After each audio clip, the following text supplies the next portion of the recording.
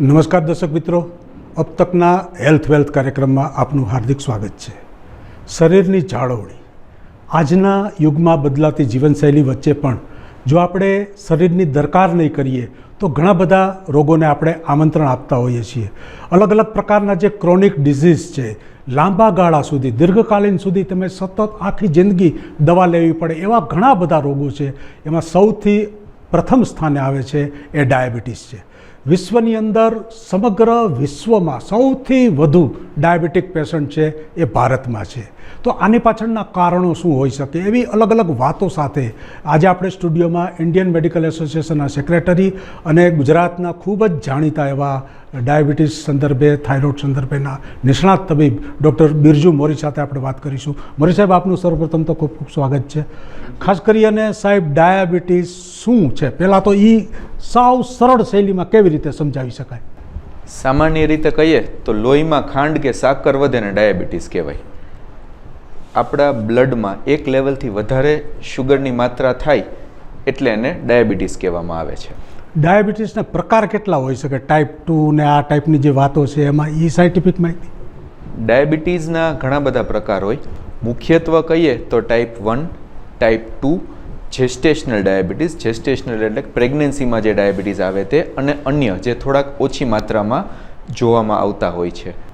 ખાસ કરીને જો દર્શક મિત્રો, મોરી સાહેબે જે સામાન્ય પહેલાં સમજ છે, કોઈપણ રોગની સામાન્ય સમજ જો આપણને મળી જાય તો ઘણીવાર આપણો બચાવ ખૂબ જ સારી રીતે થતો હોય છે. પ્રોપર ટ્રીટમેન્ટની વાત આવે છે, આપણી પરેજીની વાત આવે છે. ઘણી બધી ડાયાબિટીસ સાથે સંકલન જે વસ્તુ છે એ ખૂબ જ ઉપયોગી છે. ડૉક્ટરનો સહયોગ સાથે પેશન્ટનો સહયોગ, આ બધું જરૂરી હોય છે. દર્શક મિત્રો, તમને જાણીને નવાઈ લાગશે કે વિશ્વની અંદર 10 કરોડથી વધુ લોકો ભારતમાં ડાયાબિટીસના છે અને 13 કરોડ તો એવા છે એ બોર્ડર લાઇન ઉપર છે.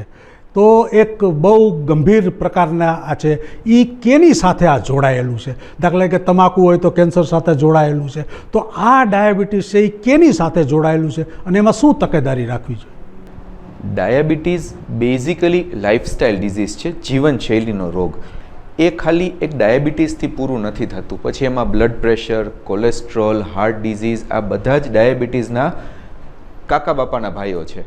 જનરલી એક આવે એટલે સાથે બધાને આમંત્રણ આપે કે ભાઈ આ સારું ઘર છે, અહીંયા મજા આવે છે, રહેવા કરવાનો આનંદ છે. એટલે આ લાઇફસ્ટાઇલ ડિઝીઝ એક પછી એક બધા આવતા જતા હોય છે. આવવાનું કોઈ ચોક્કસ કારણ નથી.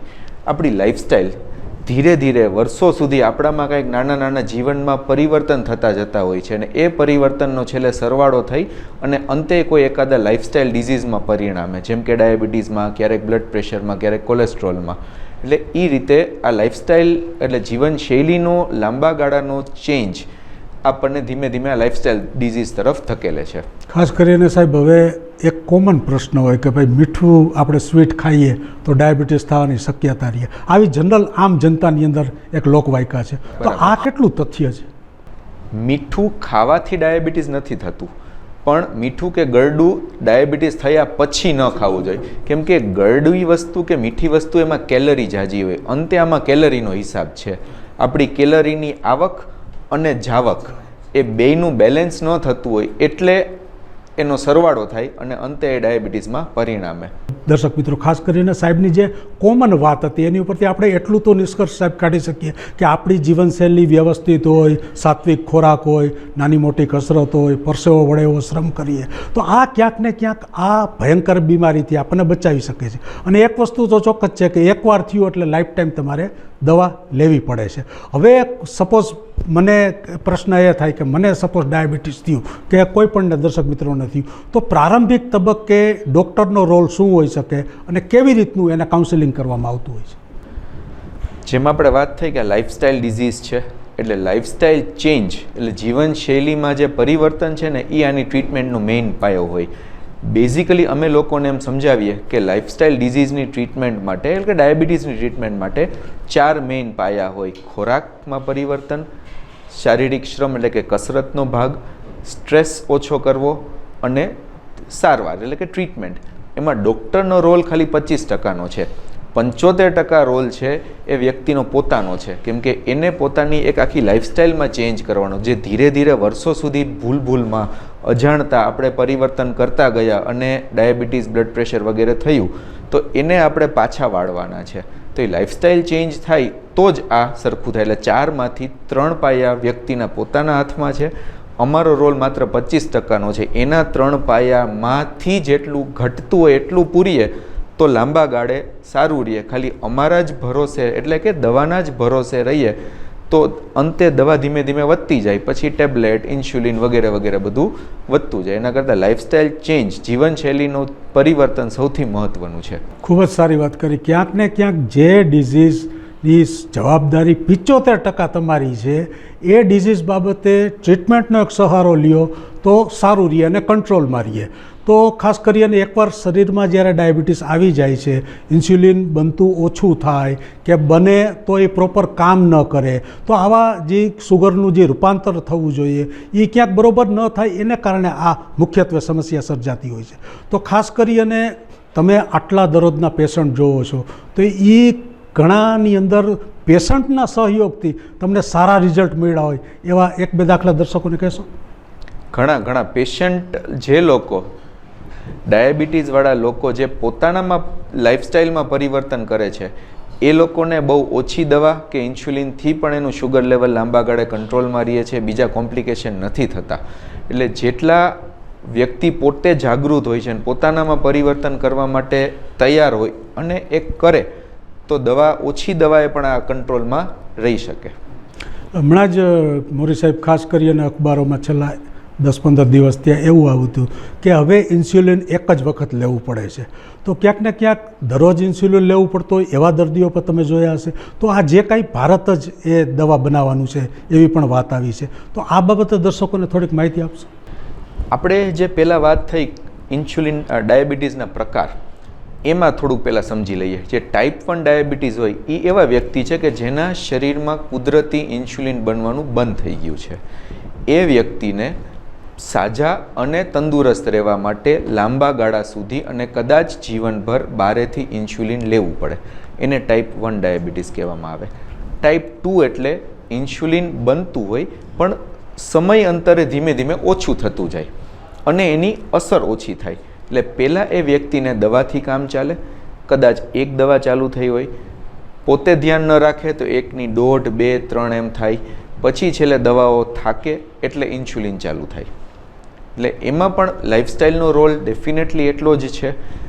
હવે જે ઇન્સ્યુલિનની વાત છે તો એમાં અલગ અલગ પ્રકારના આવે. એમાંથી હમણાં એક નવું ઇન્સ્યુલિન આવ્યું છે જે અઠવાડિયે 1 વાર લેવાનું થશે અને એની અસર 1 અઠવાડિયા એટલે કે 7 દિવસ સુધી રહેશે. એ હવે ઇન્ડિયામાં લોન્ચ થવા જઈ રહ્યું છે.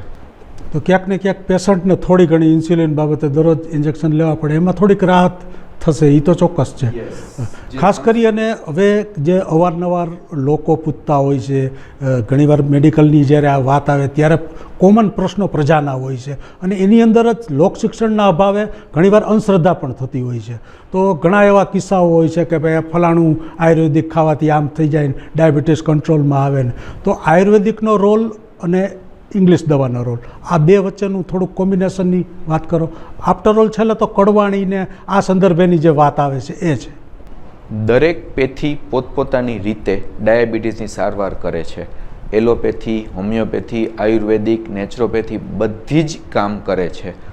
પણ જે વ્યક્તિ પોતે ડિસિપ્લિન્ડ છે, જે પોતાનામાં પરિવર્તન કરવા માટે સક્ષમ છે અને કરવા માંગે છે, એને આ બધી જ પેથી કામ કરશે. પણ જે વ્યક્તિને પોતે જ કાંઈ નથી કરવું એમાં કોઈ પણ પેથી એટલી બધી મદદરૂપ નહીં થઈ શકે. આ બધી જે ઘરગથ્થુ ઉપચાર કહેવાય, કડવાણી, કારેલા, મામેજો, કાળી જીડી, આયુર્વેદિક દવાઓ, હોમિયોપેથી, આ બધી જ વસ્તુ ડેફિનેટલી પોતપોતાની રીતે અસરકારક છે. પણ જેમ 4 પાયામાંથી એ 25%નો જ ભાગ ભજવે છે. પછી એ એલોપેથી દવા હોય કે હોમિયોપેથી હોય કે કારેલા હોય, 75% જો બરાબર હશે તો જ એ કામની, નહીતર એનો કોઈ મતલબ જ નથી હોતો. ખાસ કરીને મોરી સાહેબ, જે ડાયાબિટીસ એના એ આંખથી ઉપર જતું હોય અને એને કારણે સાઈડ ઇફેક્ટ ઘણી બધી થતી હોય છે. તો દર્શકોને આ વિશે કેવા કેવા પ્રકારની સાઇડ ઇફેક્ટ થઈ શકે, ઘણીવાર તો મૃત્યુ સુધી પણ દર્દી જઈ શકે છે. તો ઓચિંતાની ઘણાને ખબર પડે કે એટ એ ટાઈમ 600 ડાયાબિટીસ આવ્યું છે. તો આવી બધી વાતો સાથે ક્યાંક ને ક્યાંક સાઇડ ઇફેક્ટ બાબતે થોડુંક સાયન્ટિફિક સમજાવશો? આપણે જે ચર્ચાની શરૂઆત થઈ કે ડાયાબિટીસ શું છે, હવે લોહીમાં ખાંડ કે સાકર વધે એને ડાયાબિટીસ કહેવાય. શરીરના જે અંગમાં લોહી જાય છે ત્યાં બધે ડાયાબિટીસની આડઅસર થાય. હવે માથાના વાળથી પગના નખ સુધી બધે જ, કેમ કે માથામાંય એટલે કે મગજને પણ લોહી પહોંચવાનું છે અને પગમાં કાંઈ વાગે તો એમાંય લોહીનું ટસ્યું નીકળશે. એટલે જ્યાં લોહી જાય શરીરમાં, સર્ક્યુલેશન થાય ત્યાં બધે ડાયાબિટીસની અસર ચાલુ કરે. હવે આપણે ઉપરથી ચાલુ કરીએ તો મગજમાં પેરાલિસિસ છે, મગજ વીક પડવો, યાદશક્તિ ઓછી થવી, આંખમાં તો કે પડદાનું ડેમેજ, વહેલો મોતિયો આવવો, ઝામર વધવું, કાનમાં વારંવાર ઇન્ફેક્શન, નાકમાં ચેપ લાગી જાય, દાંત એટલે કે જડબા કે પેઢામાં સડો થાય, ગળામાં થાઇરોઇડ આતે, હાર્ટ એટેક નાની ઉંમરે આપણે જોઈએ છીએ, ફેફસામાં વારે વાર ચેપ લાગવો, કિડની બગડવી, લીવરના સોજા આવવા, હાડકાઓ વીક પડવા, જાતીય નબળાઈ, ગેંગ્રીન, લોહીની નળીઓ થોડી સંકોચાવી, પૂરું શરીરમાં સર્ક્યુલેશન ન થવું, લોહીની નળી કડક થઈ જવી અથવા તો અંદર બ્લોકેજ આવવા, જેના કારણે હાથ પગમાં પૂરા લોહી ન ફરે અને એના કારણે સડો થાય અને એનું અંતે ઓપરેશન વગેરે કરવું પડે. એટલે શરીરની ઘણી બધી જગ્યાએ અથવા તો દરેક જગ્યાએ ડાયાબિટીસ એની અસર કે આડઅસર કરે. એ ડાયરેક્ટલી કાંઈ નથી કરતો, પણ એ આગમાં છે ને પેટ્રોલ પૂરવાનું કામ કરે કે દીવામાં ઘી હોમવાનું કામ કરે. કરડી ગયું હોય એક મચ્છર હોય અથવા તો એક નાની ફોડકી થઈ હોય, પણ અનકન્ટ્રોલ શુગરના કારણે મોટું ગુમડું થઈ જાય. એટલે એ કંઈ કરડી ગયું એમાં ડાયાબિટીસનો વાંક નથી, પણ શુગર કંટ્રોલમાં નથી એટલે એ નાની ફોડકીને મોટું સ્વરૂપ આવી ગયું ને એટલે ડાયાબિટીસે એ દીવામાં ઘી ઉમવા જેવું કર્યું. ખૂબ જ સારી વાત કરી. ક્યાંક ને ક્યાંક શરીરના તમામ જ્યાં જ્યાં લોહી, આખા શરીરમાં લોહી ફરતું હોય છે, એટલે ખાસ કરી અને ડાયાબિટીસની અંદર ખૂબ જ આપણે સાવચેતી રાખવી જરૂરી છે. અને ખાસ કરી અને કિડની સંદર્ભેના આવા બધા રોગો વિશેષ, એમાંય પર્યાવરણ મુજબ આપણા ગુજરાતની અંદર અલગ પ્રકારના ઇન્ફેક્શન જોવા મળતા હોય, બીજા રાજ્યોમાં અલગ જોવા મળતો હોય. એ પણ દર્શક મિત્રો એવું પણ બની શકે. હવે સાહેબ, મારે અંતે એ જાણવું છે કે ખાસ કરી અને જે ડાયાબિટીસના રોગીઓ હોય છે એને એવું નક્કી કરી શકીએ કે એને લાઈફ ટાઈમ દવા લેવી જ પડે? જનરલી આ બધા જીવનશૈલીના રોગ છે ને, એ લાઈફસ્ટાઈલ અને લાઈફ ટાઈમ, જીવનશૈલી જીવનભરના રોગ ગણવામાં આવે છે. પણ શરૂઆતના સ્ટેજમાં જ્યારે આપણું પેન્ક્રિયાઝ કામ કરે છે, ડાયાબિટીસની શરૂઆત છે, ત્યારે આપણા પેન્ક્રિયાઝમાં હજી ઇન્સ્યુલિન બનતું હોય છે, ખાલી એની અસર નથી આવતી. અસર શું કામ નથી આવતી? તો આપણી ખોટી લાઈફસ્ટાઈલના કારણે. તો જે કારણોથી આપણને શુગર આવ્યું છે કે બ્લડ પ્રેશર આવ્યું છે, એ કારણમાં આપણે ચેન્જ કરીએ તો આ બધું રિવર્સ થઈ શકે. હવે એને છે ને થોડાક બે ભાગમાં આપણે વેચવું પડે, કંટ્રોલ અને ક્યોર. કંટ્રોલ એટલે કાબૂમાં રહેવું, ક્યોર એટલે મટવું. જ્યાં સુધી આપણી લાઈફસ્ટાઈલ કે જીવનશૈલી કંટ્રોલમાં છે, નિયંત્રણમાં છે, ત્યાં સુધી આ બધા રોગ દવા વગર કંટ્રોલમાં રહીએ એવું ચોક્કસપણે શક્ય છે. અમારા ઘણા પેશન્ટો એવા છે કે જેને જે તે સમયે દવાઓ ચાલતી હતી, પછી પોતાનામાં લાઈફસ્ટાઈલ ચેન્જ કર્યા, વજન ઘટાડ્યો, ઘણું એક્સરસાઇઝ કરી, યોગ મેડિટેશન કર્યા, એનાથી ડાયાબિટીસને એને દવા વગર કંટ્રોલમાં રાખેલું છે. જ્યારે એની લાઈફસ્ટાઈલ ચેન્જ થાય તો એ કંટ્રોલમાંથી પાછું ડાયાબિટીસમાં આવી જાય. એ તો વસ્તુ સાહેબ ખરી કે જો એ ડાયાબિટીસ એકવાર આવે છે ત્યારે દવા આપણે લઈએ અને ત્યારબાદ જો આપણા જીવનની અંદર જે 75%ની વાત છે એમાં બદલાવ લાવીએ તો એ દવા ધીમે ધીમે ઘટતી જાય, એટલું તો નક્કી છે એમ. અને આ કોઈ એવો રાતોરાત ખરાબ થાય એવું છે નહીં આ સમસ્યા. તો એને કારણે પણ થોડી ઘણી આપણે દરકાર રાખીએ તો આમાંથી 100% આપણને એક સારું અને સ્વસ્થ આપણે જીવન શકીએ લાંબા ગાળાનું. હવે બીજી વાત એ આવે કે સૌથી અગત્યનો પાર્ટ ખોરાક છે. એટલે જ્યાં જ્યાં ડાયાબિટીસના ડૉક્ટર પાસે જતા હોય આપણે, દર્શક મિત્રો તમે પણ જોયું હશે, ત્યાં એક ડાયટિશિયનની ભૂમિકા હોય, તમને સમજાવે કે આખા દિવસમાં આવું આવું ખાવાનું. તો એ ખોરાક છે એ સૌથી મહત્ત્વની બાબત છે. શું છે આપણે જે 4 પાયામાં ખોરાક એટલે 25%, એટલે દવા જેટલું જ મહત્ત્વ ખોરાકનું છે. તમે ગમે એટલી દવા લ્યો પણ જમવામાં ધ્યાન ન રાખો એટલે એ દવાનું ધારેલું રિઝલ્ટ ન આવે, પછી દવા ધીમે ધીમે વધતી જાય. એ 1ની 2 ને 2ની 4 દવા કરવી પડે. એટલે ખોરાકનું ડેફિનેટલી મહત્ત્વ છે. અને ક્યાંક અજાણતા ધીમે ધીમે આપણી લાઈફસ્ટાઈલ એવી ચેન્જ થઈ ગઈ છે કે આપણે જે દેશી સાત્વિક ખોરાકો હતા, જે આપણા દાદા રોટલા, દૂધ, શાક ખાતા હતા, એના કરતાં આપણા વડીલો એટલે કે આપણા ફાધર મધર થોડોક ઓછો તંદુરસ્ત કહેવાય એવા ખોરાક રોટલી શાક ઉપર આવ્યા છે. એમાં હવે પૂરી એડ થઈ ગઈ અને પાઉંભાજી આવી ગઈ, અને પછીની જનરેશનમાં પીઝા, પાસ્તા કલ્ચર આખું આવી ગયું છે. એટલે રોટલા તો હવે આજની નવી પેઢીને ફાવતા જ નથી. એટલે એ ખોરાકનું પરિવર્તન ઉત્તરોત્તર જેમ આપણું વેસ્ટર્નાઇઝેશન કે અર્બનાઇઝેશન થતું જાય છે, એ રીતે આપણામાં આ નવા નવા ક્રોનિક ડિઝીઝ લઈ આવતા જાય છે. ખાસ કરીને દર્શક મિત્રો, ગ્રામ્ય સંસ્કૃતિ હતી જ્યારે આપણે ગામડામાં રહેતા ત્યારે મહેનત કરતા હતા, ચાલતા હતા અને ઘણું બધું કરતા હતા, એટલે આવા રોગ હતા જ નહીં સાહેબ.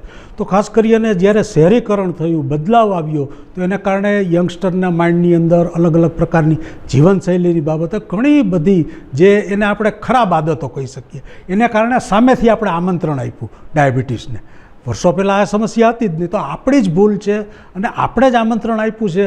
પછી હવે દરકાર ન કરો તો આફ્ટર ઓલ તો આ લોક શિક્ષણ ના અભાવે ઘણી બધી મુશ્કેલી થઈ જાય. અને લાખો લોકો સાહેબ ક્રોનિક ડિસીઝના કારણે દર વર્ષે 5 થી 6 કરોડ લોકો બિનચેપી રોગોથી જ ખાલી મૃત્યુ પામે છે. જે કંટ્રોલ કરવું એના હાથમાં છે. તો ખાસ કરી અને ડાયાબિટીસ સંદર્ભે પ્રજાજોગ સંદેશ એક તબીબ તરીકે, કારણ કે તમે એટલી સરળ શૈલીથી પેશન્ટને સમજાવો છો કે અભણ માણસને પણ વાત ગળે ઉતરી જાય. બરાબર છે. તમારી સરનામે પાછી મોરી છે, એટલે ડાયાબિટીસમાં મોરી ચા પીવી જોઈએ. તો મોરી ને મોરી એ ક્યાંય કોમ્બિનેશન થઈ ગયું, પણ સાવ સરળ શૈલીમાં અભણ કોઈ માણસ હોય ગામડાનો, એને ડાયાબિટીસમાં પ્રજાજોગ સંદેશ કે ભાઈ કોઈ પણ વાત છે મારી, આટલી વાત તમે કેર રાખો તો તમે 100% બચી શકો. એને હું 2 ભાગમાં વેચીશ. જે તમારો પ્રશ્ન હતો એનો શરૂઆતની વાત કરી, શહેરીકરણ અને આપણું અર્બનાઇઝેશન. તો મારા દાદા જ્યારે હતા તો એ ગામડામાં રહેતા. ગામડામાં એમને, એ હું તમને આઝાદી પહેલાંનું કહું છું, ત્યારે ગામડામાં ઇલેક્ટ્રિસિટી નહોતી. એટલે એને ગરમી થતી ને તો એ હાથમાં એક પુઠ્ઠું લઈ આમ કરતા ઉનાળામાં. મારા ફાધર ને ગરમી થતી તો એ ઊભા થઈ અને સ્વિચ ચાલુ કરતા, એટલે પંખો ચાલુ થતો. અને મને ગરમી થાય છે તો હું મારા મોબાઈલથી અથવા બેઠા બેઠા સ્વિચ દબાવું છું ને એસી ચાલુ થઈ જાય છે. એટલે મારા દાદાને ગરમી ઉડાડવા માટે મહેનત કરવી પડતી હતી, મારા ફાધરને ઊભા થઈને સ્વિચ ચાલુ કરવી પડતી, હું બેઠા બેઠા કરું છું. એટલે દાદાની જનરેશનમાં ડાયાબિટીસ, બ્લડ પ્રેશર નહોતા. ફાધરની જનરેશનમાં 10એ એકાદાને હતું, અને અમારી પેઢીમાં 10એ 2ને છે ને બીજા 2ને છે પણ ખબર નથી. આવું જ કંઈક ફોનનું પણ ઉદાહરણ એક આપણે લઈ શકીએ કે પહેલાં આખી ગામમાં એક પોસ્ટ ઓફિસની આસપાસ એક ફોન હોય, જે ટ્રંક ડાયલિંગ આમ વાત થતી. પછી ઘરમાં આપણે પેરેન્ટ્સની ઉંમરમાં એક લેન્ડલાઇન આવ્યો, ટોટલ એક લેન્ડલાઇન હોય. ફોન કરે કે પપ્પા તમારો ફોન છે, કાકાનો ફોન છે, અને એ વ્યક્તિ ઊભા થઈને વાત કરવા જતા. હવે આપણા બધાના ખીચામાં એક, કોકના પાસે 2 મોબાઈલ છે. આ પરિવર્તન જે જીવનશૈલીનું આવ્યું છે એના કારણે આપણે આ ડાયાબિટીસ, બ્લડ પ્રેશર, કોલેસ્ટ્રોલને આમંત્રણ આપ્યું છે. એટલે હવે મારે આપણા દેશના નાગરિકોને સંદેશોની જે વાત થઈ, તો આપણે શહેરીકરણ કે અર્બનાઇઝેશનથી દૂર નથી જવાનું, આપણે આગળ વધવાનું જ છે. દુનિયાની સાથે ટેકનોલોજીથી લઈને દરેકમાં સાથ નિભાવવાનો છે. પણ થોડુંક આપણી ફૂડ હેબિટમાં ચેન્જ કરીએ, થોડીક ફિઝિકલ એક્ટિવિટી વધારીએ. જે બેઠા બેઠા આપણે મોબાઈલથી પંખા ચાલુ કરી, એસી ચાલુ કરી દઈએ છીએ, પંખા ચાલુ કરી દઈએ છીએ, ફોનમાં વાત કરી લઈએ છીએ, એની બદલે રોજના 5-7 હજાર ડગલા કોઈ પણ રીતે ચાલી લઈએ. પછી ભલે ચાલવા માટે કોઈ પર્ટિક્યુલર વસ્તુની જરૂર નથી કે સ્પોર્ટ શૂઝ પહેરીને રિંગ રોડ ઉપર વોક કરવા જાવ, એને જ એક્સરસાઇઝ કહેવાય. એ તો હું મારા પેશન્ટ ઊભા જોઉં, એની સાથે વાત કરતાં કરતાં ઊભા આપણે ચાલી શકીએ. કોઈ વોકિંગ કરે, swimming, cycling, jogging, gym, yoga, dance, જેને જેવી ઈચ્છા, જેવો શોખ, જેવી અનુકૂળતા, કાંઈક ફિઝિકલ એક્ટિવિટી 5-7 હજાર ડગલા રોજ થાય. અને 10 થી 15 મિનિટ રોજનું મેડિટેશન એ બહુ જરૂરી છે. અત્યારે આપણે બધા સ્ટ્રેસફુલ લાઈફમાં જીવીએ છીએ. દાદાની વાત હતી તો એને ખેતી સિવાય કોઈ ચિંતા જ નહોતી. ઉત્તરોત્તર પેઢી દર પેઢી સ્ટ્રેસ વધતો જાય છે. અને હવે AI, સોશિયલ મીડિયા એ બધાના આવવાથી સ્ટ્રેસ હજી વધ્યો છે. એટલે આપણી શારીરિક હેલ્થની હારોહાર માનસિક હેલ્થ એટલી જ મહત્ત્વની છે. આપણે બધા અત્યારે સ્ટ્રેસમાં જીવીએ છીએ ને એ હાથે કરીને ઊભા કરેલા. એવા કોઈ સ્ટ્રેસ ખરેખર હોતા નથી. આપણે હાથે કરીને ઊભા કરીએ ને એનાથી જીવીએ છીએ. એટલે જેમ ફિઝિકલ એક્ટિવિટી, શારીરિક કસરત અડધી પોણી કલાકની આપણે કંઈ કરતા હોય તો સાથે 15 મિનિટ મનની કસરત એટલી જ મહત્ત્વની છે. એટલે જૂના જમાનામાં લોકો પ્રાર્થના કરતા, યોગ કરતા, સાધના કરતા, ભલે કદાચ આપણે એ લેવલ સુધી ન જઈ શકીએ પણ 10 મિનિટ રોજ. અને આપણે કાંઈ જ નવું નથી કરવાનું. હવે આપણા બધાના ફોનમાં યુટ્યુબ ને સ્પોટીફાઈ છે જ. એમાં ખાલી માઇન્ડ રિલેક્સેશન ટેકનિક, મન રિલેક્સ કરવાની ટેકનિક સર્ચ કરવાનું છે. 10 મિનિટનું સિમ્પલ મ્યુઝિક આવશે. આપણને જ્યાં ફાવે ત્યાં 10 મિનિટ આંખ બંધ કરીને સાંભળવાનું છે. ઘણા લોકો ટ્રાવેલિંગમાં સાંભળે, ઘણા લંચ બ્રેકમાં સાંભળે, સૂતા વખતે સાંભળે, સવારે કરે, કોઈ ઓફિસમાં કરે, વચ્ચે જ્યાં અનુકૂળ. એવું કંઈ હું એવું નથી કહેતો કે કોઈ બ્રહ્મ મુહૂર્તમાં સવારે 5 વાગે ઉઠીને જ યોગ સાધના કરવી. મેન્ટલ રિલેક્સેશન તો દિવસમાં ગમે ત્યાં થાય, જમ્યા પહેલાં પછી કોઈ એને નિસ્બત નથી. એટલે એ પાર્ટ અતિ મહત્ત્વનો છે. કેમ કે દિવસે ને દિવસે આ લાઇફસ્ટાઇલ ડિઝીઝની સાથે માનસિક રોગો એટલા જ વધતા જાય છે. કેમ કે હવે પરિવારો નાના થતા જાય છે, માનસ સંકુચિત થતું જાય છે અને લાઈફ અનસર્ટેન થતી જાય છે. એના કારણે હવેની પેઢી અત્યારે ખૂબ સ્ટ્રેસમાં જીવે છે અને જે આ બધા રોગને નોતરે છે. ખૂબ જ સારી વાત કરી. માનસિક સ્વસ્થતા એ સૌથી અગત્યની બાબત છે અને સમગ્ર વિશ્વની અંદર કરોડો લોકો અત્યારે એ સમસ્યાથી પીડાય છે.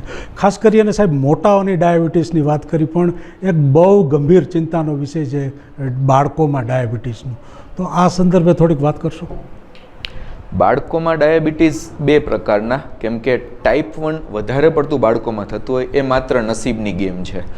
કોના નસીબમાં ટાઈપ 1 ડાયાબિટીસ લખ્યું છે એ ખબર નથી. કાલ ઉઠીને દુનિયામાં ગમે તેને થઈ શકે. એના શરીરમાં પેન્ક્રિયાસ કામ કરતું બંધ થઈ જાય અને એને ડાયાબિટીસ થાય ને એને ઇન્સ્યુલિન લેવા પડે. એ એક અલગ જ વાત છે. એમાં આપણે બહુ પરિવર્તન નહીં લઈ આવી શકીએ.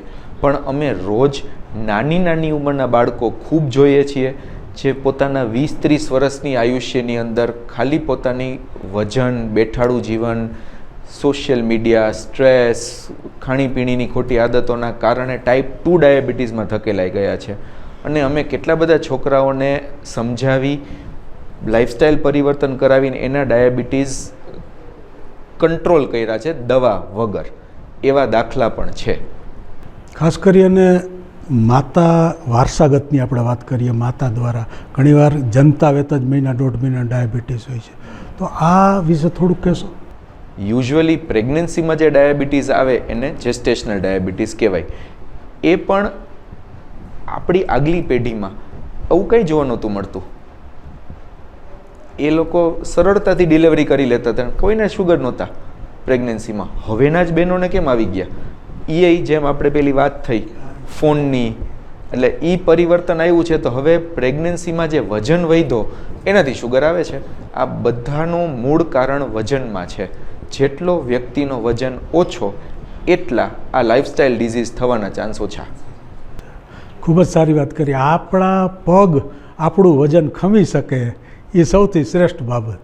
એટલે એ બોડી માસ ઇન્ડેક્સની જે કાંઈ વાત છે, ક્યાંક ને ક્યાંક હવે દર્શક મિત્રો જાગવું તો પડશે જ. કારણ કે એટલા બધા આપણે ફાસ્ટ આગળ વધી રહ્યા છીએ તો ઘણું બધું આપણે ગુમાવતા પણ જઈએ છીએ. એ પણ એટલું જ નગ્ન સત્ય છે. ડાયાબિટીસ છે, બ્લડ પ્રેશર છે, કોલેસ્ટ્રોલ છે, થાઇરોઇડ છે, આવા ઘણા બધા સમસ્યાઓ આપણને આવતી રહી છે. સાહેબ, હવે અંતની એક ફાઇનલ આપણે પ્રશ્ન કે ખાસ કરી અને આવા બધા રોગો હોય ત્યારે તકેદારીના ભાગરૂપે ઘણું બધું આપણે વર્તન કરવું જોઈએ અને એમાં ન કરીએ તો ઘણીવાર બહુ ગંભીર મુશ્કેલીમાં પણ મુકાઈ જતા હોય છે.